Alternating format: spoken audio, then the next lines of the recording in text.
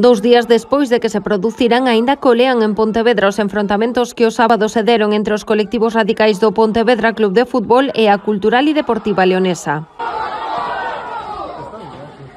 Que é lamentable ver ese tipo de actuacións que entendemos que representan a unhas poucas persoas e para nada se corresponden co groso das aficións, tanto da leonesa como, por suposto, a de Pontevedra.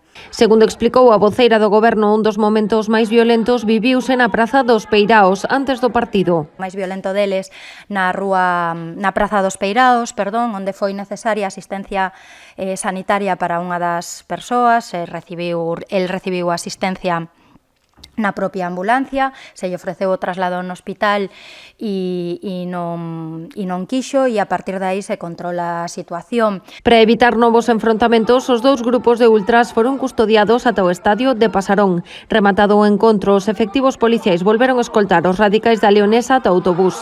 Gulías tamén se referiu a outro episodio, desta volta xa durante o partido, os saúdos fascistas por parte de algúns afeccionados. Algo que nos parece realmente terrible, non, de saúdos fascistas e hitlerianos no campo. Simplemente dicir que Pontevedra é unha cidade libre de fascismo e neste caso pois non vamos a consentir ou a permitir este tipo de actuacións nun espectáculo deportivo ou en calquera espectáculo que teña lugar na nosa cidade.